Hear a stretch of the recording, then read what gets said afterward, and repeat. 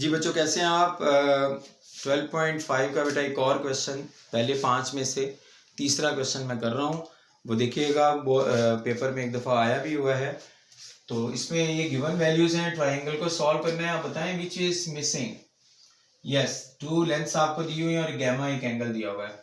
तो अल्फा जो है मिसिंग है, बीटा एंगल मिसिंग, और बेटा सी साइड जो है वो मिसिंग। ठीक है जी।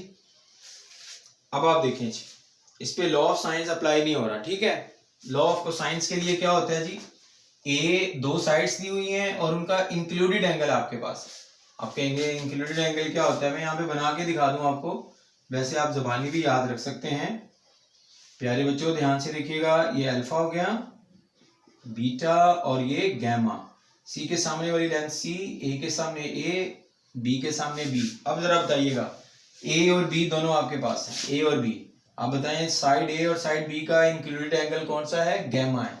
ये मैं आपको चीज बता रहा था। ठीक है, फिगर बनाए बगैर कैसे पता चलेगा ए बी और कौन सी साइड मिसिंग है, सी। सी से रिलेटेड एंगल कौन सा होता है, गैमा होता है। तो वो आपके पास है, तो इसका मतलब ये है कि लॉ ऑफ कोसाइंस अप्लाई हो सकता है। ठीक है, तो आप अब मालूम क्या करेंगे, गैमा से रिलेटेड साइड कौन सी होती है, सी होती है। तो सी साइड आपने सबसे पहले फाइंड करनी है, उसी के लिए मैं हेडिंग दे रहा हूं, और लॉ ऑफ कोसाइन यूज करना है। लो प्यारे बच्चों, C square will be equal to A square B square minus 2ab cos of gamma. बस आपने वैल्यूज पुट करनी है और कैलकुलेशन करनी है आपने।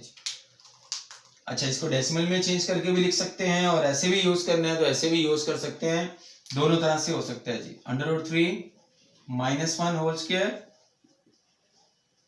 √3 + 1 whole square -2 into √3 - 1 √3 + 1 cos of gamma 60 degree.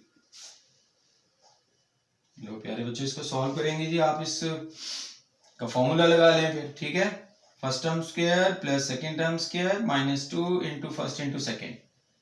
ठीक हो गया जी। इसका भी फॉर्मूला लगाएं जी, a + b होल स्क्वायर वाला। फर्स्ट टर्म का square plus second term square +2 into first into second -2 into, ये देखें a - b, a + b multiply करेंगे तो a² - b² आ जाएगा। 3 - 1 cos 60 की वैल्यू 1/2 होती है जी। ये देखें बगैर कैलकुलेटर के मैं किए जा रहा हूं। ठीक है, नेक्स्ट है प्यारे बच्चों, 4 आंसर आ गया। ये टर्म इससे कैंसिल हो गई जी, ये भी 4 है जी। ये वाला 2 इस 2 से कैंसिल कर देंगे, 2 है। 4 + 4 और ये माइनस ये 2। So what is the answer, c² = 6, और c जो है वो √6 आ गया आपके पास। ये ले जी, for alpha using law of sines. कैसे भला, अल्फा के साथ a आपके पास है, b के साथ बीटा, या बीटा नहीं है, ये देखें गैमा के साथ c, ये पेयर मुकम्मल है आपके पास। c के साथ गैमा, अल्फा के साथ a। ठीक है, तो a और c में आपने यूज करना है जी, a/sin alpha, c/sin gamma. sin alpha will be equal to a × sin gamma. बेटा ये वाला इसके साथ मल्टीप्लाई हो जाएगा और ये इंटरचेंज हो जाएंगे। ठीक है, ये ऊपर चला जाएगा, ये नीचे आ जाएगा जी, /c। जी a की वैल्यू हमारे पास है √3 - 1। अब ये डेसिमल वैल्यू ही यूज करनी पड़ेगी आपको।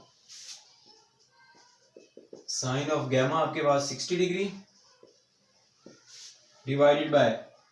/c आपने फाइंड आउट किया अभी। ठीक है, ये वाली वैल्यू यूज करेंगे आप। √6, कैलकुलेटर की तरफ जा रहा हूं, अल्फा एंगल निकाल 0.3535। लो प्यारे बच्चों, इसका साइन इनवर्स लेंगे आप 0.3535। Alpha will B 20 42 70। लो मेरी जान, लो जनाब मेरी जान, समझ आ गई आपको? Any problem? अल्फा फाइंड कर लिया मैंने।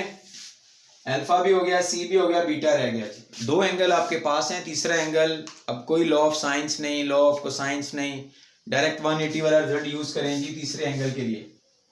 For beta, beta will be equal to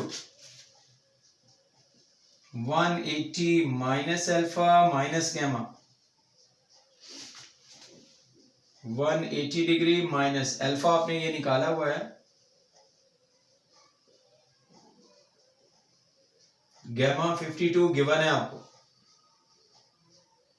low ji 107, 17 and 42, ये डिग्री, मिनट्स और ये सेकंड्स। लो जी मजा आ गया जी, ठीक हो गया माय डियर। Any problem? उम्मीद है कि आपको वीडियो पसंद आई होगी। हाँ जी, लाइक भी करना पड़ेगा, शेयर भी करना पड़ेगा और चैनल को सब्सक्राइब भी करना पड़ेगा ताकि अगली वीडियोस आपको मिलती रहें। थैंक यू सो मच, अल्लाह हाफिज़।